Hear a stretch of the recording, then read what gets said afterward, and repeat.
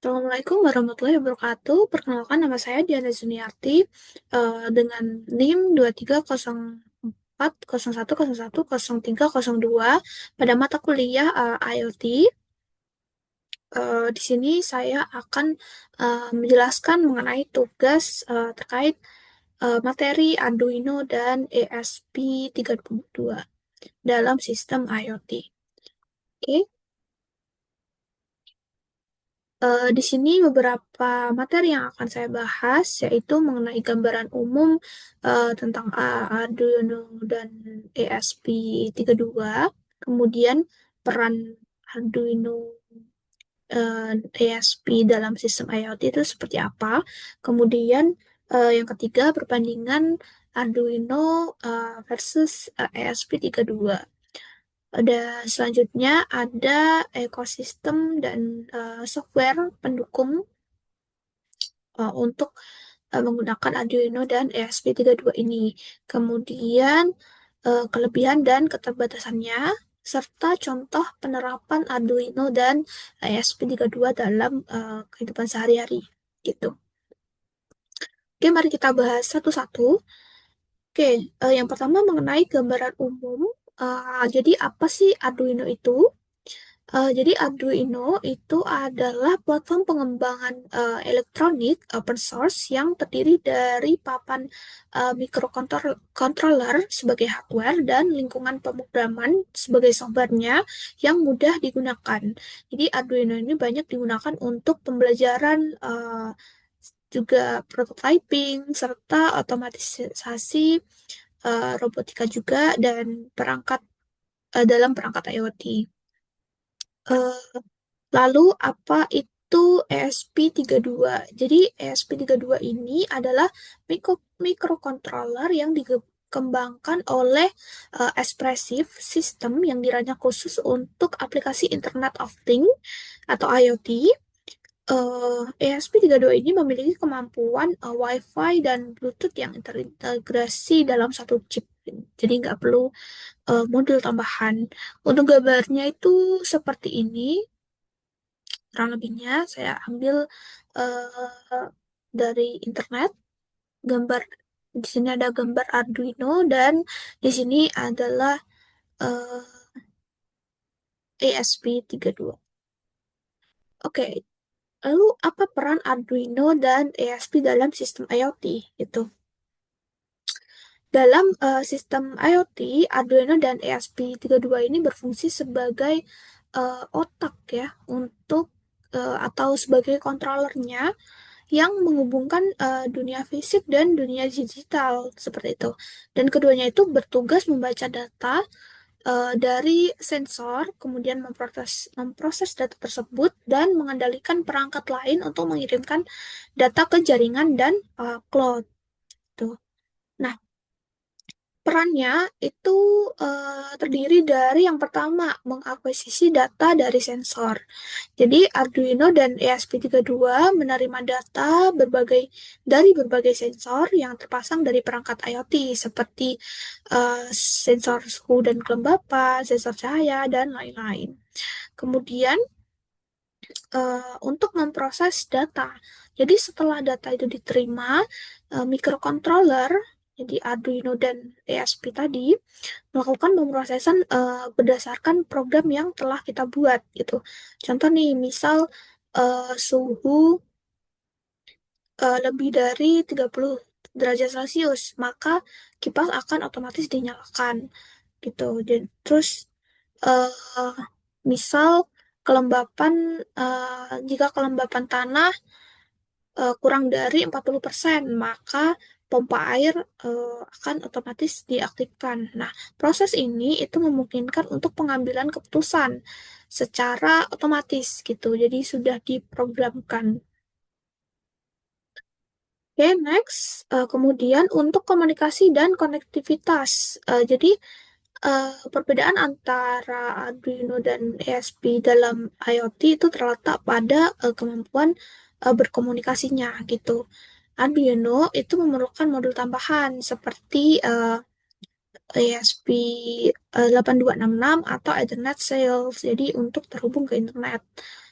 Eh, Kemudian ESP32 itu udah built-in Wi-Fi dan juga Bluetooth gitu. Jadi langsung bisa berkomunikasi dengan server dan cloud atau aplikasi mobile kayak gitu. Selanjutnya itu pengendalian aktuator. Jadi eh, Arduino serta ESP32 itu dapat mengontrol berbagai aktuator seperti relay, motor DC, servo motor, lampu LED, pompa air. Dengan demikian, jadi sistem IoT itu tidak hanya memantau kondisi, tetapi juga dapat melakukan tindakan secara otomatis. Kemudian, perannya juga untuk pengiriman data ke cloud computing. Jadi dalam sistem IoT yang modern ini, itu data dikumpulkan biasanya dikirim ke platform cloud. Jadi untuk menyimpan data, untuk monitoring secara real time ya. Kemudian menganalisis data serta pembuatan laporan. Lalu mm, untuk monitoring eh, atau mengontrol dari jarak jauh. Jadi data setelah dikirim ke cloud itu dapat diakses melalui mobile, dapat dikontrol melalui HP kita, smartphone gitu. Jadi lebih mudah ya, seperti itu.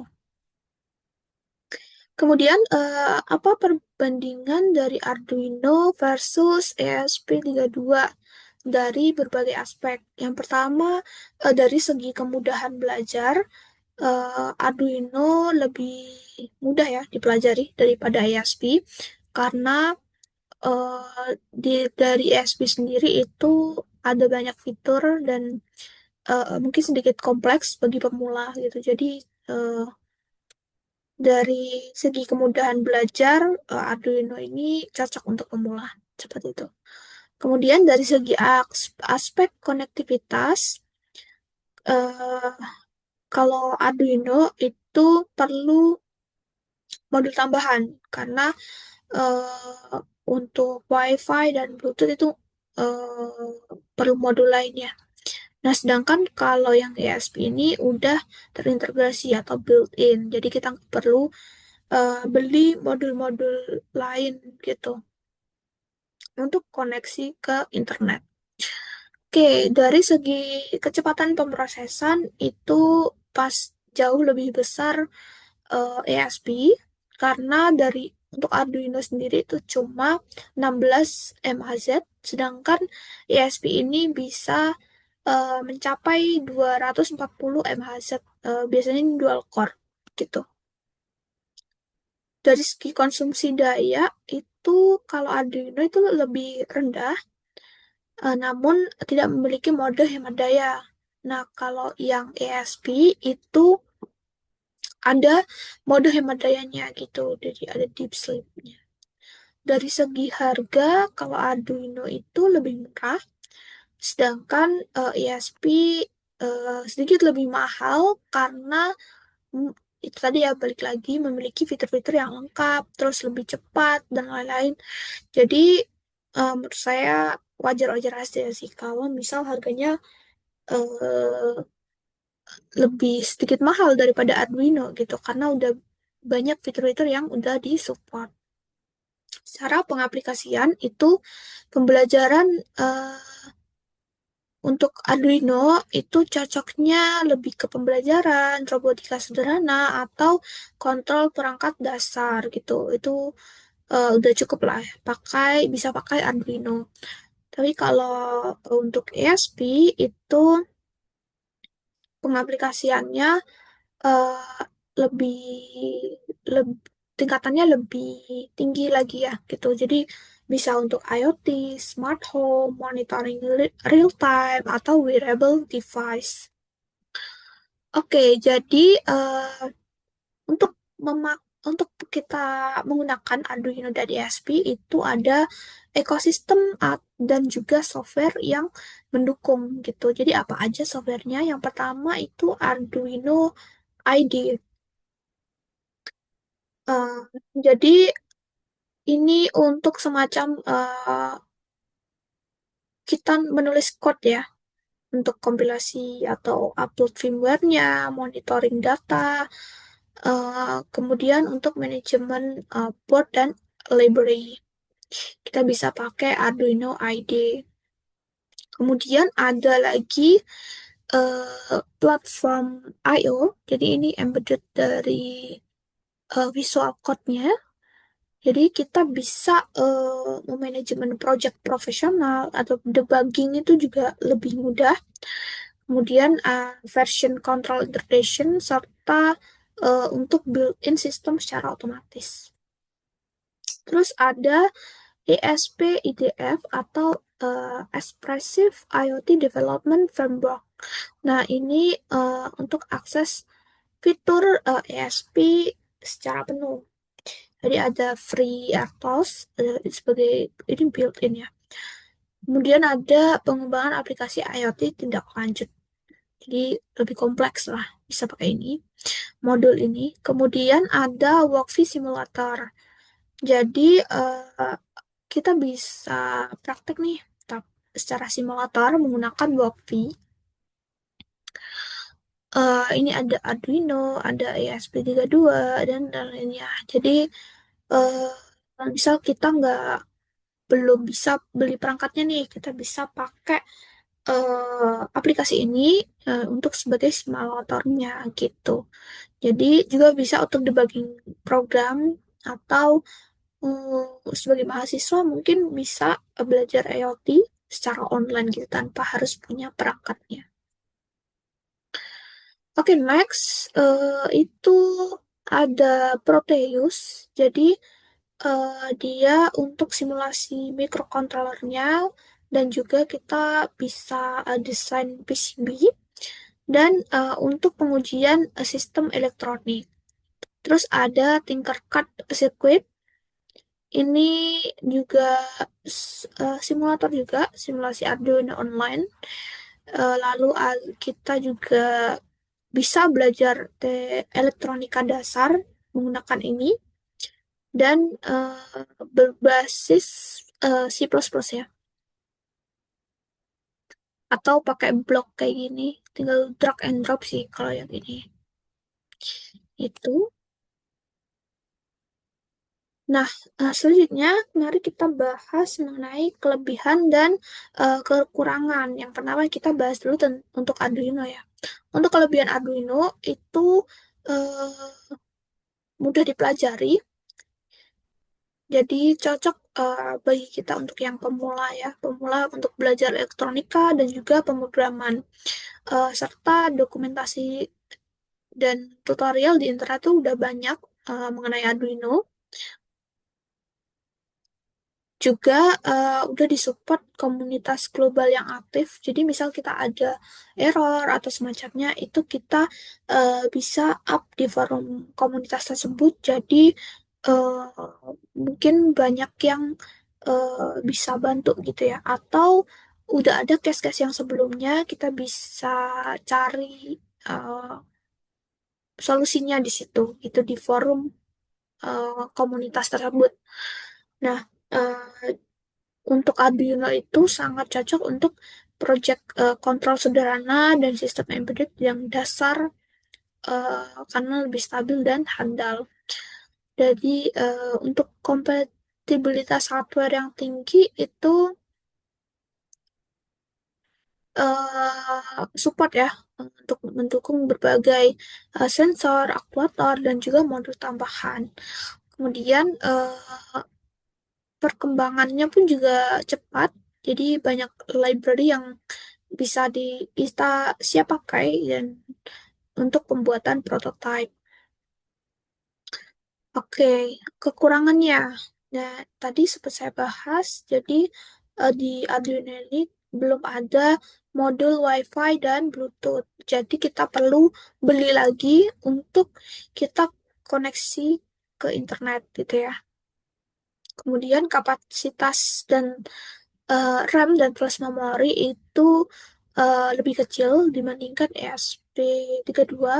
Kemudian kecepatan pemrosesan juga lebih rendah karena clock speed-nya itu hanya 16 MHz. jadi kurang cocok untuk IoT modern, serta membutuhkan perangkat tambahan untuk komunikasi jaringan dan juga cloud tadi. Oke, kita bahas kekurangan dan kelebihan ESP32.